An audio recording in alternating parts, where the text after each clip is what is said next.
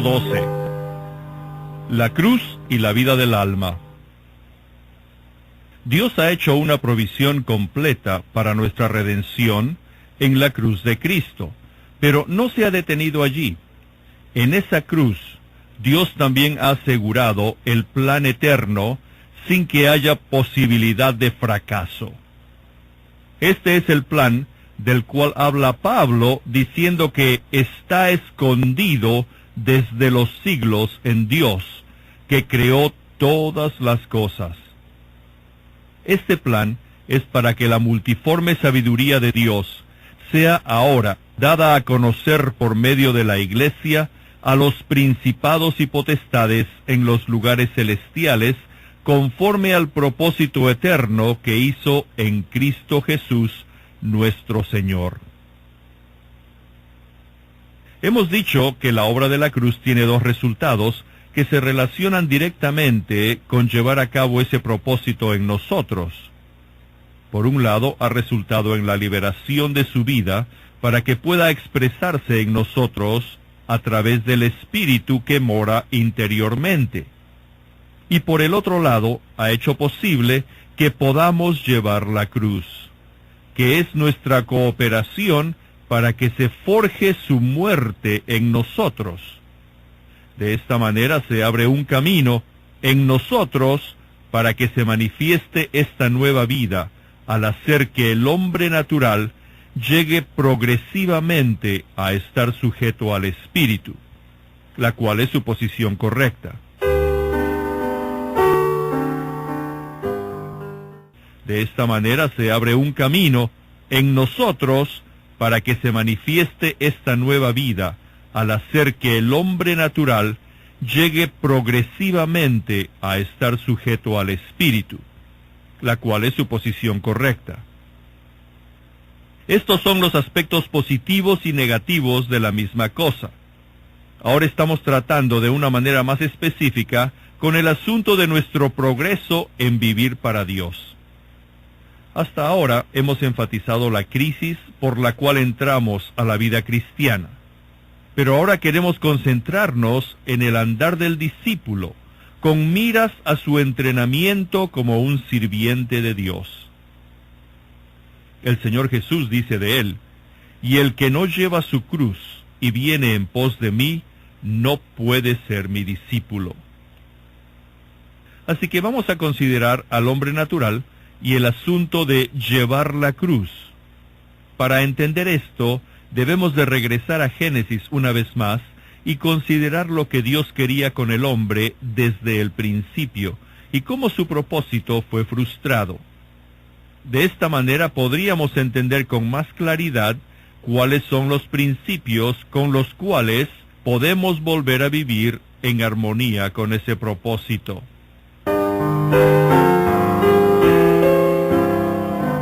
La verdadera naturaleza de la caída del hombre. Si tenemos un poco de revelación acerca del plan de Dios, consideraríamos mucho la palabra hombre. Diríamos, al igual que el salmista: ¿qué es el hombre para que te acuerdes de él? La Biblia nos dice claramente que lo que Dios desea sobre todas las cosas es un hombre que sea según su corazón. Así que Dios creó al hombre. En Génesis 2:7 vemos que Adán fue creado como un alma viviente, con un espíritu por dentro para tener comunión con Dios y con un cuerpo por fuera para tener contacto con el mundo material. Los versículos del Nuevo Testamento, como 1 de Tesalonicenses 5:23 y Hebreos 4:12, confirman estas tres partes del hombre. Con su espíritu, Adán estaba en contacto con el mundo espiritual de Dios. Con su cuerpo, estaba en contacto con las cosas materiales del mundo físico. Adán tenía estas dos características como creación de Dios, y llegó a tener una personalidad, ser una entidad viva en el mundo que se movía por sí misma y que tenía el poder del libre albedrío. Considerándolo en su totalidad, él era un ser consciente de sí mismo y que podía expresarse a sí mismo. Era un alma viviente. Hemos visto anteriormente que Adán fue creado de manera perfecta, es decir, no tenía defectos porque fue creado por Dios. Sin embargo, aún no había sido perfeccionado. Necesitaba un toque final. Dios no había hecho todo lo que tenía planeado hacer en Adán. Había algo más, pero todavía no se había logrado. Dios estaba moviendo para llevar a cabo su propósito al crear al hombre. Un propósito que iba más allá del hombre mismo, porque tenía la meta de asegurar que Dios obtuviera todos sus derechos en el universo a través del hombre como instrumento. Pero, ¿cómo podría el hombre ayudarle a Dios en esto? Únicamente al cooperar con Él y como el resultado de vivir con Dios. Dios no solamente quería un linaje de hombres sobre la tierra, sino quería un linaje que tuviera su vida dentro de sus miembros, los cuales finalmente acabarían con Satanás y llevarían a cabo todo lo que Dios se había propuesto en su corazón. Esta fue la meta de la creación del hombre. También hemos visto que Adán fue creado neutral. Tenía un espíritu que le permitía tener comunión con Dios, pero no tenía una dirección predeterminada. Tenía la capacidad de escoger libremente, aún de no escoger a Dios. La meta de Dios en el hombre era la filiación, es decir, la expresión de su vida en hijos humanos. Esa vida divina fue representada en el huerto por el árbol de la vida, que daba el fruto que podía ser aceptado, recibido e ingerido. Si Adán, quien era neutral, hubiera escogido depender de Dios y recibir el árbol de la vida, que representa la vida de Dios, entonces Dios tendría esa unión en vida con el hombre. Esto es, hubiera obtenido sus hijos espirituales. Pero si Adán hubiera escogido el árbol de la ciencia del bien y del mal, hubiera encontrado la libertad, o sea, se hubiera podido desarrollar a sí mismo separado de Dios. Sin embargo, porque esta última opción involucraba a Satanás, Adán perdería la posibilidad de llegar a la meta que Dios se había propuesto.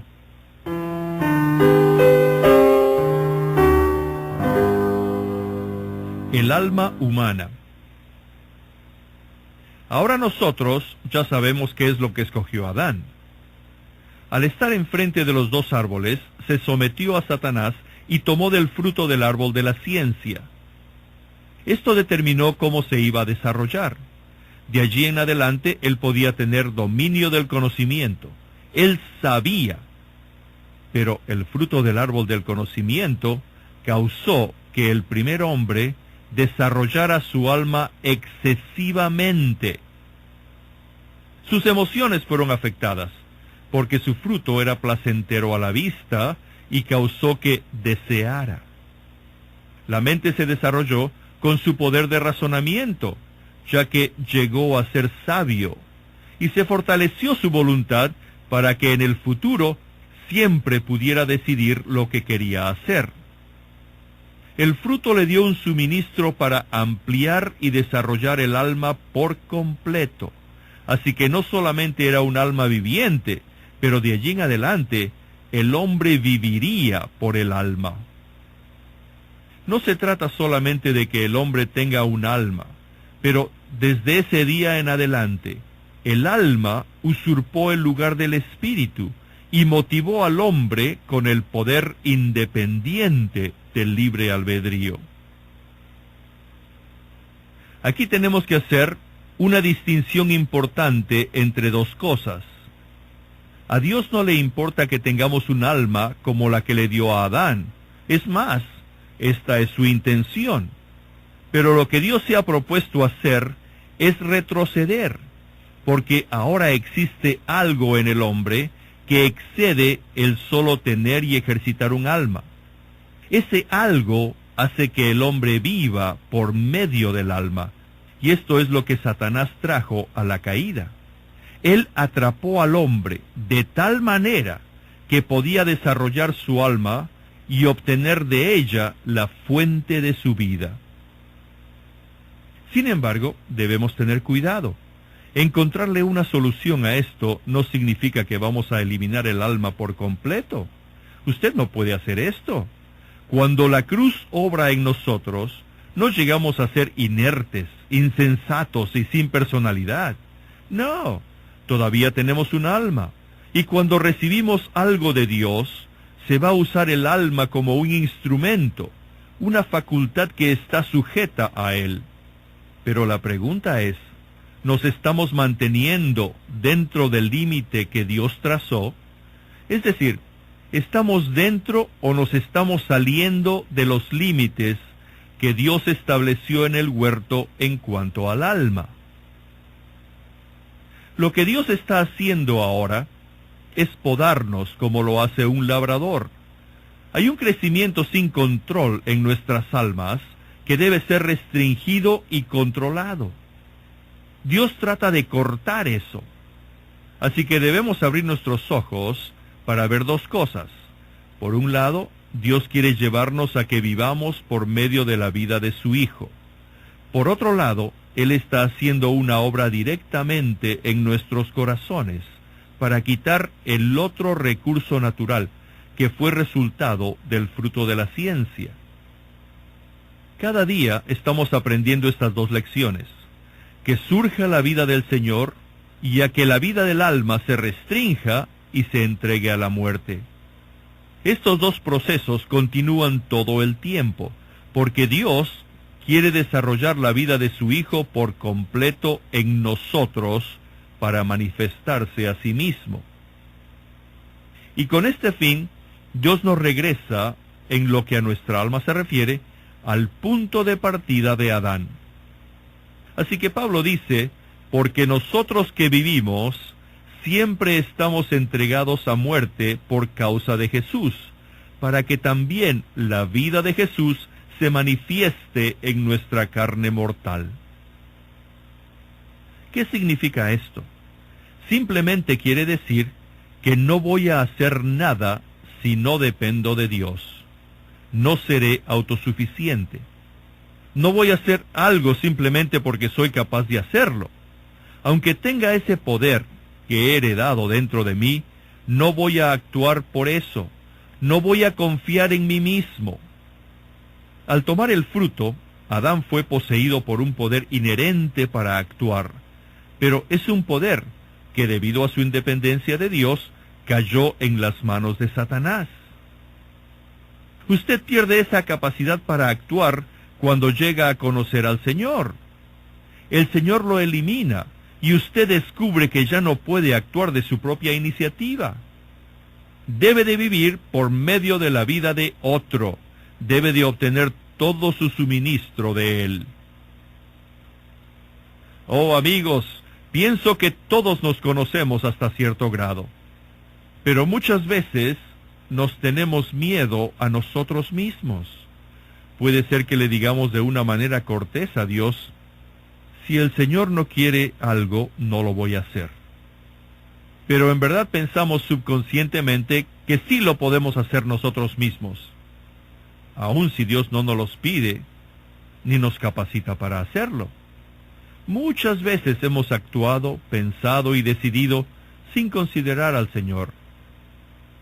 Muchos de nosotros, los cristianos de hoy en día, somos hombres con un alma que se ha desarrollado en exceso. Hemos crecido mucho en nosotros mismos.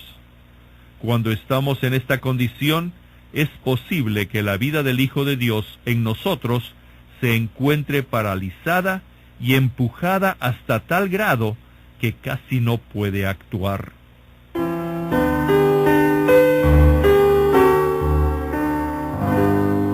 La energía natural en la obra de Dios. El poder y la energía del alma están presentes en todos nosotros. Aquellos que han aprendido del Señor odian este principio y no lo consideran un principio relacionado con la vida. Rehúsan a vivir por medio de él. No permiten que rija en ellos, ni que llegue a ser la fuente del poder en la obra de Dios. Pero aquellos que no han aprendido de Dios dependen de este poder, lo usan y consideran que es el verdadero poder. Veamos una ilustración obvia de esto. En el pasado, muchos de nosotros hemos razonado de la siguiente manera. Digamos que hay un hombre bueno, sensato, con mucha habilidad para administrar y con un juicio sobrio.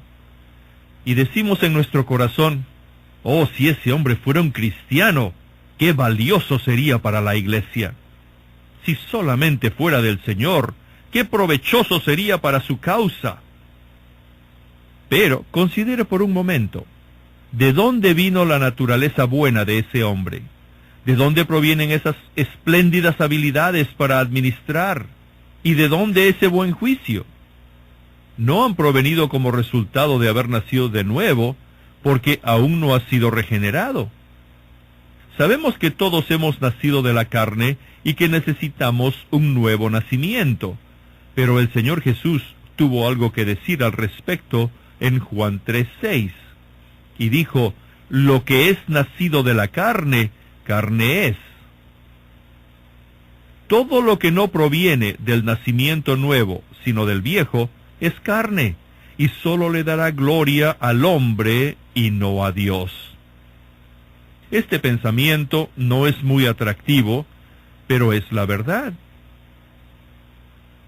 Hemos hablado del poder del alma o de la energía natural. ¿Qué es esta energía natural? Simplemente es lo que yo puedo hacer, lo que yo soy en mí mismo, lo que he heredado como dones y recursos naturales. Todos tenemos el poder del alma, y nuestra primera necesidad es reconocerlo por lo que es. Por ejemplo, consideremos la mente humana. Tal vez yo sea inteligente por naturaleza.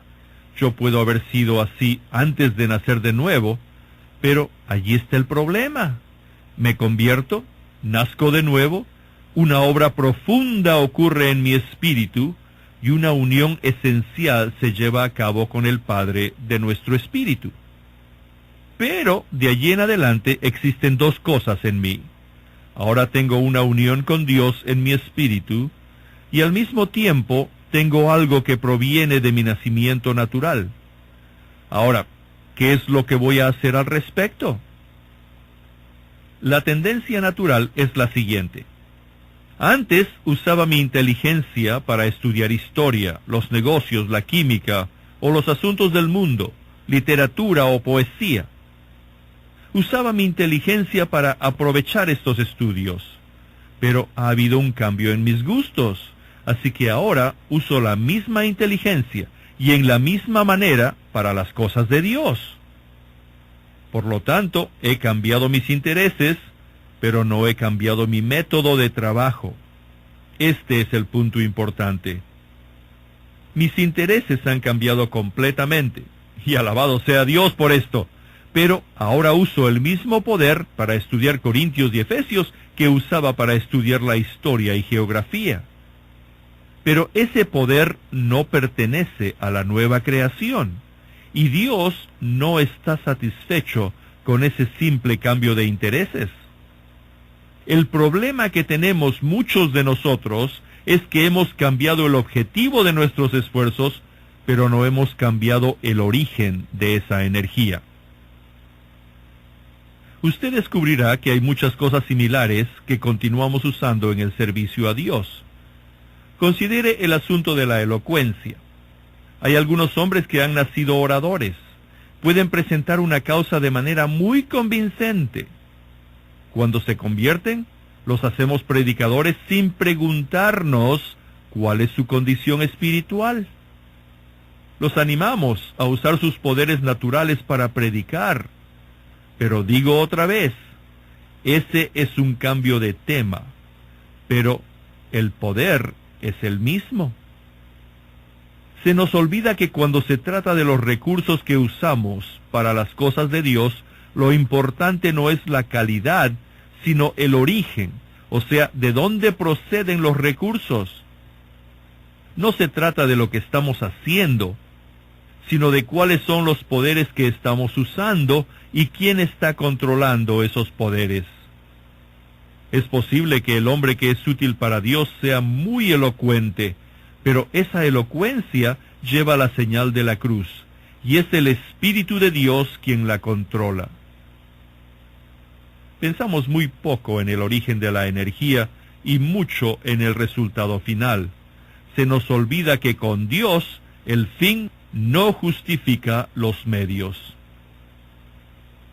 Para comprobar la veracidad de esto, vamos a suponer la siguiente situación.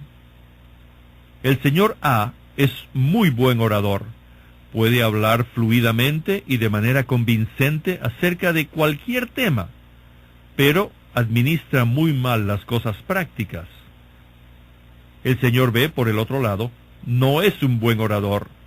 No se puede expresar claramente y no puede explicar su punto principal, pero es muy buen administrador y muy bueno para los negocios.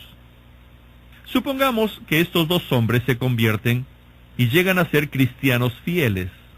Digamos que ahora los invito para que los dos hablen en una convención y que los dos aceptan. ¿Qué es lo que ocurrirá? Les he pedido la misma cosa a ambos, pero ¿quién va a orar más intensamente? Ciertamente el señor B. ¿Por qué? Porque no es un orador. En cuanto al asunto de la elocuencia, él no tiene recursos propios en los que pueda confiar, así que él orará: Señor, si tú no me das el poder para hacer esto, no lo puedo hacer. Ciertamente el señor A también va a orar, pero no de la misma manera que el señor B, porque él tiene una aptitud natural en la cual puede confiar. Ahora, vamos a suponer que en vez de pedirles que hablen, les pido que se tomen cargo de los asuntos prácticos de la conferencia. ¿Qué ocurriría? La situación sería al revés. Ahora el señor A va a orar intensamente porque sabe que no tiene ninguna habilidad para organizar. Y el señor B, sin duda, también va a orar, pero sin la misma urgencia, porque aunque sabe que necesita al Señor, no está consciente de su necesidad en los asuntos prácticos como lo está el señor A. ¿Puede ver la diferencia entre los dones naturales y espirituales? Cualquier cosa que podamos hacer sin la oración y sin depender totalmente de Dios proviene de la vida natural, la cual está contaminada con la carne. Debemos de ver esto claramente. Sin embargo, no es verdad que solamente aquellos que no tienen un don natural para algo son los que cualifican para hacerlo. El punto es que haya o no dones naturales, y debemos de alabar a Dios por todos sus dones, debemos de conocer la obra de la cruz y su muerte para con todo lo que es natural, y depender completamente en el Dios de resurrección. Es fácil envidiar a nuestro prójimo que tiene un don sobresaliente, pero no nos damos cuenta que si lo tuviéramos nosotros, sin la experiencia de la cruz, podríamos obstaculizar lo que Dios quiere manifestar en nosotros. Poco después de haberme convertido, salí a predicar a los pueblos. Tenía una buena educación y conocía las Escrituras, así que me consideraba completamente capaz de enseñarle a la gente del pueblo, entre las cuales había muchas mujeres analfabetas. Pero después de varias visitas, descubrí que a pesar de su analfabetismo, esas mujeres tenían un conocimiento íntimo del Señor. Yo conocía el libro, que ellas apenas podían leer, pero ellas conocían de quién hablaba el libro. Yo tenía mucho en mí mismo, ellas tenían mucho en el Espíritu. ¿Cuántos cristianos hoy en día están enseñando a otros, la mayor parte con la fuerza de su capacidad carnal, como yo lo hacía? Una vez conocí a un hermano joven que había aprendido mucho del Señor. Dios lo había llevado a través de mucha tribulación para llegar a conocerlo. Mientras hablaba con él, le dije: hermano, ¿qué es lo que el Señor te ha estado enseñando estos días? Él me contestó: solamente una cosa. que no puedo hacer nada aparte de Él. Le pregunté, ¿realmente quieres decir que no puedes hacer nada? Él dijo, no, claro que sí puedo hacer muchas cosas. Y ciertamente ese ha sido mi problema. ¿Sabe? Siempre he tenido mucha confianza en mí mismo.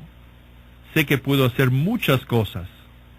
Entonces le pregunté, ¿a qué se refiere entonces cuando dice que no puede hacer nada aparte de Él? Y él contestó, el Señor me ha mostrado que puedo hacer cualquier cosa, pero Él ha dicho, aparte de mí no puedes hacer nada. Así que sin Él, todo lo que he hecho hasta ahora y lo que aún puedo hacer no es nada. Debemos llegar a esa conclusión. No quiero decir que no podemos hacer muchas cosas, porque sí podemos. Podemos tener reuniones y edificar iglesias. Podemos ir a los lugares más remotos de la tierra y fundar misiones. Y aparentemente podemos dar fruto. Pero recuerde que la palabra del Señor dice, toda planta que no plantó mi Padre Celestial será desarraigada. Dios es el único origen legítimo en el universo, y el Espíritu Santo es el único que puede iniciar algo de manera legítima en nuestros corazones. Cualquier cosa que usted o yo planeemos o nos propongamos hacer sin Él, está contaminada con la carne. Nunca llegará a la esfera del Espíritu. No importa cuántas veces le pidamos la bendición a Dios. Puede ser que esto dure por años y que pensemos que tenemos que hacer un ajuste o una mejora y así llevarlo a un nivel más elevado. Pero esto no se puede hacer. El origen determina el destino, y lo que fue originalmente de la carne nunca llegará a ser espiritual al mejorarlo. Lo que es nacido de la carne, carne es, y esto nunca va a cambiar. Así que cualquier cosa en la que seamos autosuficientes no es nada en la evaluación de Dios, y debemos aceptar su evaluación y considerarlo como tal, nada. La carne para nada aprovecha. Únicamente lo que proviene del cielo va a permanecer. No podemos ver esto si simplemente se nos lo dice.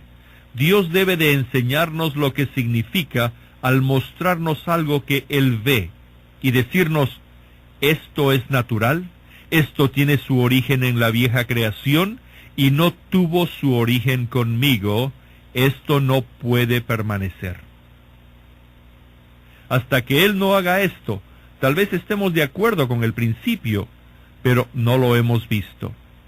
Es posible que concordemos y que aún disfrutemos de la enseñanza, pero nunca nos aborreceremos de verdad. Sin embargo, llegará el día cuando Dios nos abra los ojos. Al estar frente a un asunto, al tener la revelación, diremos, esto no está limpio, es impuro. Señor, lo puedo ver.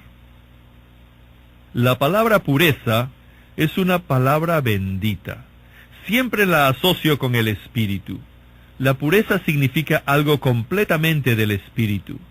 La impureza significa mezcla. Cuando Dios nos abre los ojos para ver que Él nunca puede usar la vida natural en su obra, entonces ya no disfrutaremos de la doctrina, sino más bien nos aborreceremos debido a la impureza que está en nosotros. Cuando llegamos a este punto, Dios comenzará su obra de liberación. Vamos a ver la provisión que Él nos ha dado para esta liberación, pero antes seguiremos tratando con este asunto de la revelación un poco más.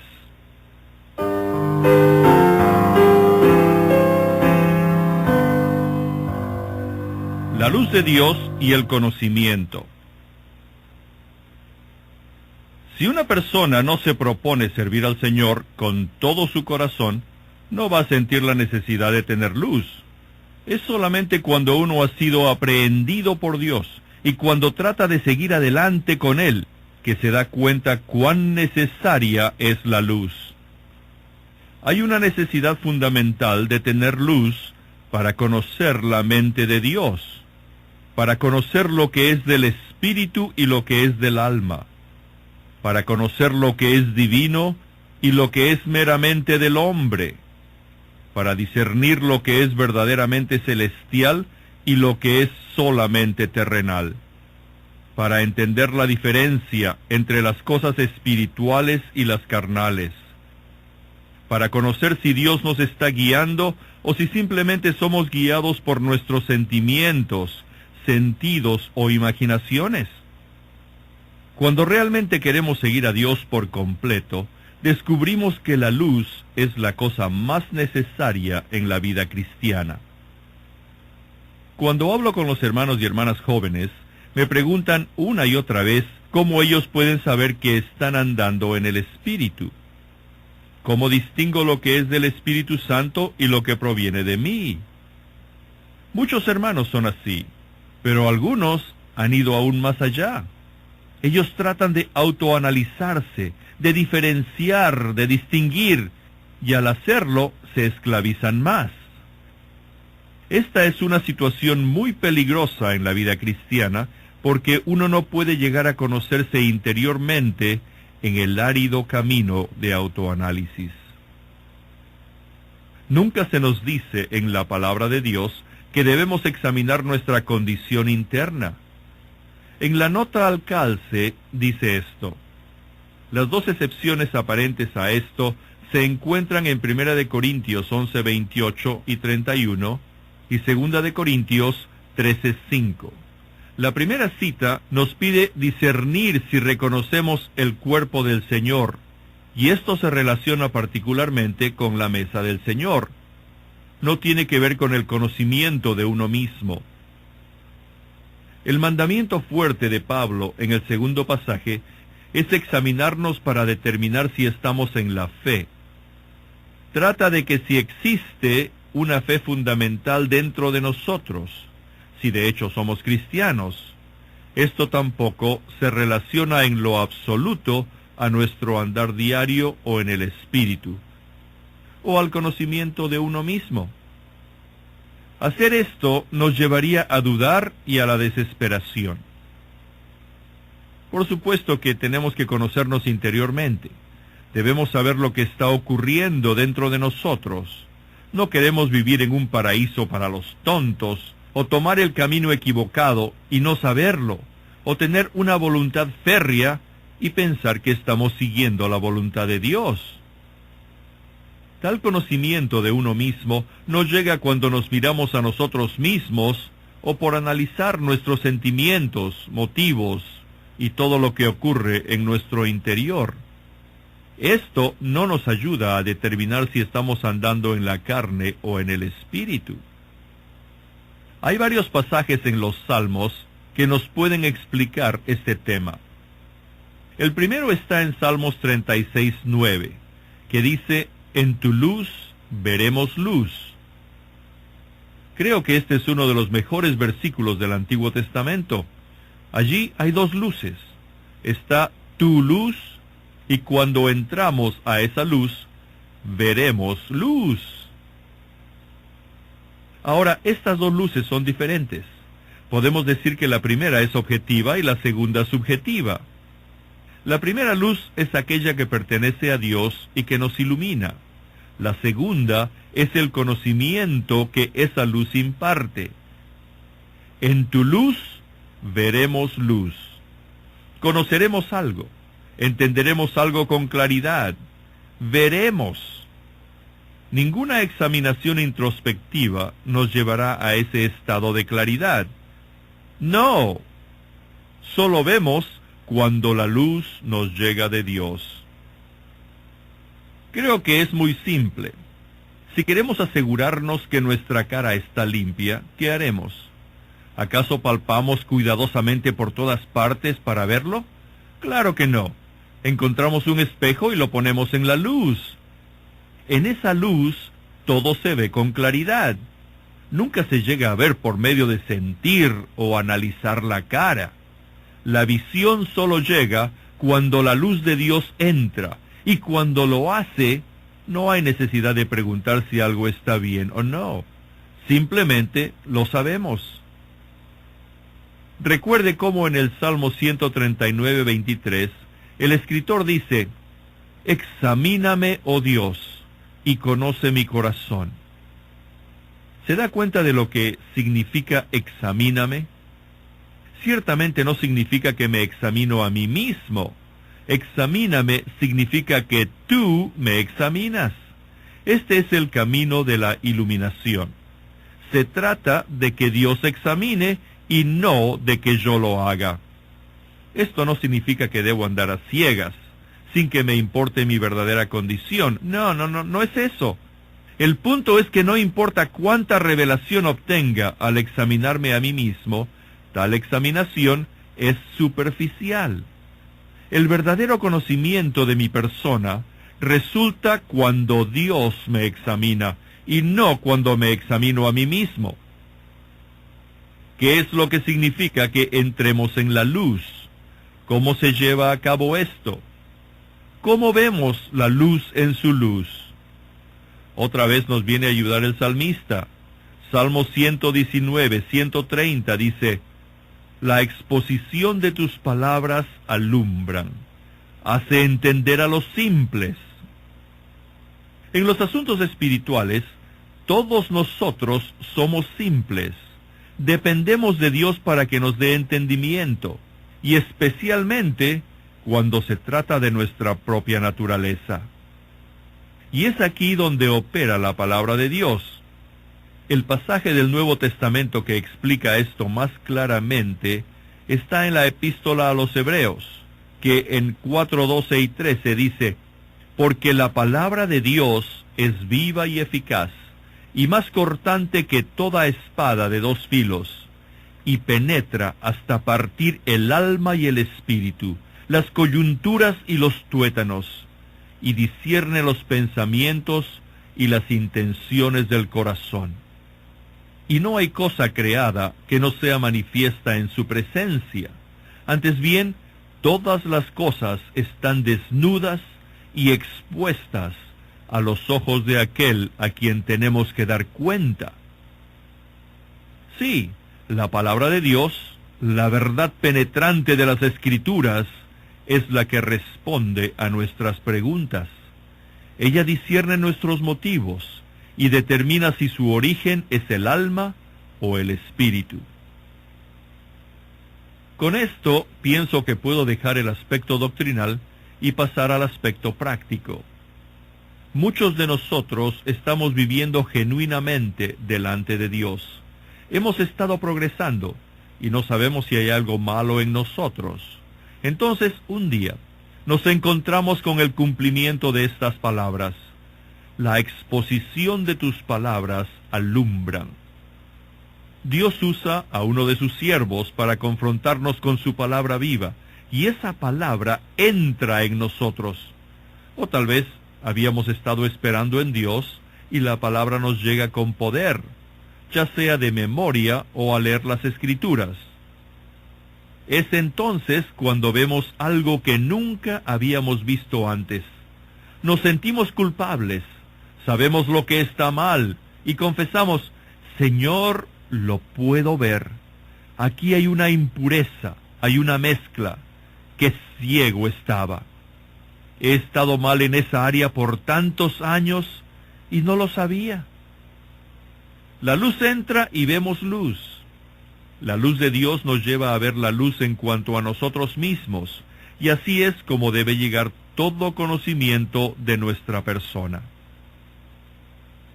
No siempre van a ser las Escrituras las que ocasionen esto. Algunos de nosotros conocemos a santos que realmente conocían al Señor, y al orar o hablar con ellos, en la luz de Dios que radiaba de ellos, vimos algo que nunca habíamos visto antes. Yo he conocido a alguien así, quien ahora está con el Señor, y siempre considero que ella era una cristiana iluminada. Sentía la presencia de Dios inmediatamente, tan solo con entrar en su cuarto. En ese entonces yo era muy joven, solo tenía 2 años de haber sido convertido, y tenía muchos planes, muchos pensamientos hermosos, muchas estrategias para que el Señor aprobara. muchísimas cosas que pensaba que iban a ser maravillosas si llegarían a hacerse. Yo le traía todas estas cosas a esta hermana y trataba de persuadirla y decirle que se tenía que hacer esto y lo otro. Pero antes de que pudiera abrir mi boca, ella simplemente decía algunas palabras y me llegaba la luz. Simplemente me avergonzaba. Mi obra y mis planes eran todos naturales, llenos del hombre. Entonces sucedió algo, y llegué al punto donde podía decir: Señor, mi mente está puesta solo en las actividades de las criaturas. Pero aquí hay alguien a quien no le importa eso. Enséñame a andar de esa manera. Ella solo tenía un motivo y un deseo, que eran para Dios. Al frente de su Biblia estaban escritas estas palabras: Señor, no quiero nada para mí misma. Sí, ella vivía solo para Dios. Y cuando hay una persona así, usted descubrirá que ella está bañada de luz y que esa luz ilumina a otros. Este es el verdadero testimonio. La luz tiene una ley. Brilla cuando se la deja entrar. Ese es el único requisito. La luz no teme a nada que no sea que nosotros mismos podamos apagarla. Si nos abrimos completamente a Dios, Él nos iluminará. El problema está en que tenemos áreas cerradas, lugares inaccesibles en nuestro corazón, donde orgullosamente pensamos que estamos en lo correcto. Pero fracasamos porque es peor no saber que estamos mal que el hecho de estar mal. El estar mal puede ser un problema de nuestra fuerza natural, pero el ignorarlo es un problema de la luz. Se puede ver la fuerza natural en algunos hermanos, pero ellos mismos no la pueden ver. Oh, necesitamos ser sinceros y humildes y abrirnos ante Dios. Aquellos que están abiertos pueden ver. Dios es luz y no se puede vivir en su luz sin tener entendimiento. Decimos otra vez, junto con el salmista: envía tu luz y tu verdad, éstas me guiarán. Alabamos a Dios que hoy en día los cristianos se están dando cuenta del pecado más que antes. En muchos lugares los cristianos han visto que la victoria sobre el pecado es importante en la vida cristiana, y como resultado están andando más cerca del Señor para buscar la liberación. Alabado sea el Señor por cualquier movimiento hacia Él, cualquier mover que nos lleva a la santidad genuina para Dios. Pero esto no es suficiente. La propia vida del hombre debe ser tratada, y no solamente sus pecados. El centro de esto es el poder de su alma, la fuerza que todavía lo motiva. Tratar con el pecado y la carne en sus manifestaciones obvias es quedarse en la superficie. Todavía no ha tocado la raíz del problema. Adán no introdujo el pecado en el mundo al cometer un asesinato. Esto ocurrió después. Adán introdujo el pecado al escoger que su alma se desarrollara hasta el punto donde podría seguir adelante por sí mismo sin Dios. Cuando Dios obtenga para su gloria ese linaje de hombres que le sean útiles para su propósito en el universo, van a ser personas cuyas vidas, aun su aliento, dependa de Él. Él será el árbol de la vida para ellos. Lo que más siento que necesito, y que todos sus hijos necesitamos, es pedirle a Dios que nos dé una revelación de nosotros mismos. Repito, que no quiero decir que debemos examinarnos interiormente y preguntar: ahora, ¿es esto del alma o del espíritu? Esto nunca nos va a llevar a ninguna parte. Estas son tinieblas. No, las Escrituras nos muestran cómo los santos han llegado a conocerse a sí mismos. Siempre fue por medio de la luz de Dios, y esa luz es Dios mismo. Isaías, Ezequiel, Daniel, Pedro, Pablo y Juan llegaron a conocerse a sí mismos porque el Señor los iluminó consigo mismo, y esa iluminación trajo revelación y convicción. Nunca podremos conocer qué tan odioso es el pecado, o lo maligna que es nuestra naturaleza, hasta que Dios nos ilumine. No estoy hablando de una sensación, sino de una revelación interna del Señor mismo, mediante su palabra. La introducción de tal luz divina nos afecta de una manera que la doctrina nunca lo puede hacer. Cristo es nuestra luz y es la palabra viva. Al leer las Escrituras, su vida nos trae revelación. La vida era la luz de los hombres. Tal vez tal iluminación no nos llegue por completo en un instante, pero más bien gradualmente. Cada vez va a ser más clara y más profunda hasta que nos veamos en la luz de Dios y desaparezca toda confianza en nosotros mismos. La luz es la cosa más pura en el mundo. Limpia, esteriliza y mata todo lo que no tiene que estar allí. Cuando la luz irradia, se parten las coyunturas y los tuétanos, y esto llega a ser nuestra experiencia y no solo nuestra enseñanza. Llegamos a conocer la corrupción de nuestra naturaleza con temor y temblor, lo odioso que es nuestro yo, y cómo amenazan la obra de Dios, nuestra vida del alma y su energía, que no han sido aún controladas por su Espíritu Santo. Ahora vemos más que nunca cuánto necesitamos los tratos severos de Dios, si es que nos va a usar. Y nos damos cuenta que si no somos su posesión, no podemos ser sirvientes de Dios y estaremos acabados. Pero la cruz viene a ayudarnos otra vez, y ahora examinaremos un aspecto de su obra que trata con los problemas del alma. Solamente un entendimiento completo de la cruz nos puede llevar a depender como lo hizo el Señor mismo voluntariamente, cuando dijo: «No puedo yo hacer nada por mí mismo. Según oigo, así juzgo, y mi juicio es justo, porque no busco mi propia voluntad, sino la voluntad del que me envió».